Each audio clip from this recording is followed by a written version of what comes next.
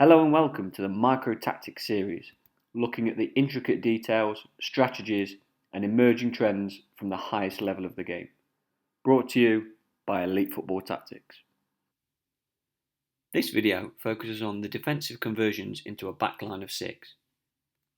Currently, the majority of formations will defend with a back 4, with 2 central defenders as 5 and 6, and 2 fullbacks as 2 and 3. It is also common to see 3 centre-backs defend as a trio, then supported by 2 recovering wing-backs as 2 and 3, now forming a backline of 5 when out of possession for significant periods. The issue of defending the inside channels proved a key focus for José Mourinho, particularly in his time with Manchester United and Tottenham Hotspur. The most popular method of attacking the inside channels in recent years has stemmed from the increase of inverted wingers moving inside as the fullback overlaps through the wide areas, shown here by number 2 and number 7. Alternatively, the winger holds their position in the wide areas, creating space for a vertical run by an attacking midfielder, shown here by number 11 and number 8. With Manchester United, the fullbacks would stay narrow, covering the inside channels as the opposing wingers moved inside. The overlapping runs from the opposing fullbacks were then trapped by Man United's wingers. The central mid trio then flattened and condensed, covering any central access into the front line. This was the first method of forming the back 6. Here we have this in action away at Anfield. Wingers Ashley Young and Marcus Rashford have worked all the way back to create the backline of 6, with Pogba and Herrera ready to drop alongside Fellaini, making the midfield trio which covers ahead of the back 6.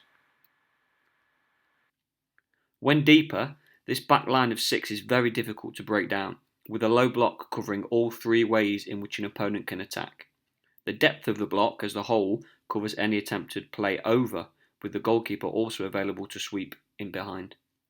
The back line of 6 also covers any play around, as the opposition then struggles to create from the wide areas, with the back 6 also placing plenty of central numbers to deal with any crosses.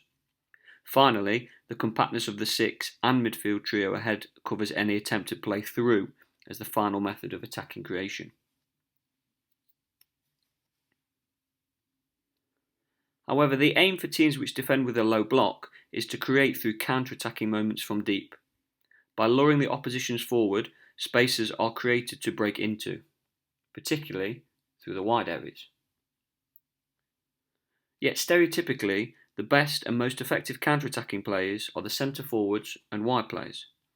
But with both wide players so deep and now a fixed part of the back line, the number 9 was extremely isolated during counter-attacking moments.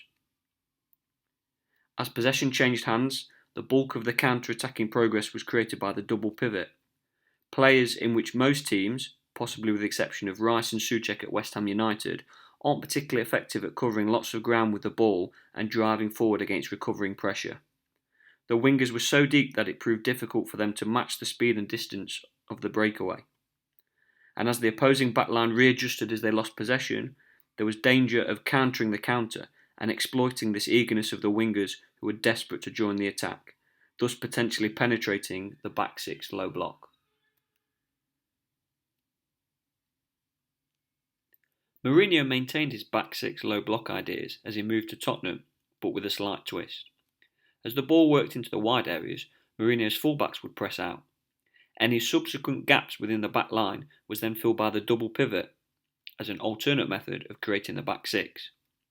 The second line of 3 was then formed by the 2 wingers and number 10, who provided that central cover and protection ahead of the back 6.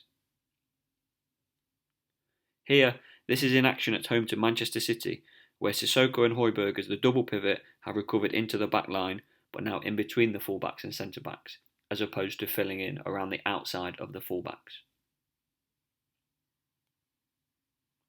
With the inside channel runs covered, Tottenham had enough defensive compactness to defend for prolonged spells as a low block. However, the number 9 was still extremely isolated upon a regain, as with before. Yet the new and updated positioning of the wingers, now a part of the second line as opposed to recovering into the back line, gave Tottenham a much stronger presence when counter-attacking. As possession changed hands, forward passes and runs were performed by the wingers, giving Mourinho's side a much stronger attacking presence to create during counter-attacks, the ultimate reason for defending for such a lengthy period as a low block. The importance of the 3-1 structure is also paramount for the success of the back six low block idea. Whenever a 2-2 was formed ahead of the back six, issues quickly arose. As the ball was worked into the opposing midfield, the narrowest trio from the opposing front line couldn't be completely screened by the double pivot. Should they commit to one side, then the other inside channel was accessed.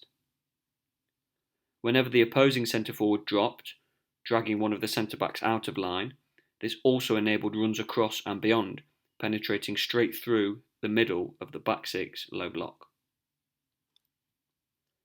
Here at home to Chelsea, Tottenham failed to create relevant compactness with the 2-2 shape ahead of the back six not stopping play through. Højbjerg and Sissoko track the movements from the narrow attackers as centre-back Dyer is dragged out by Chelsea's centre-forward. Gaps right in the heart of the back six are then exploited as Chelsea's attacking midfielders run through to receive beyond.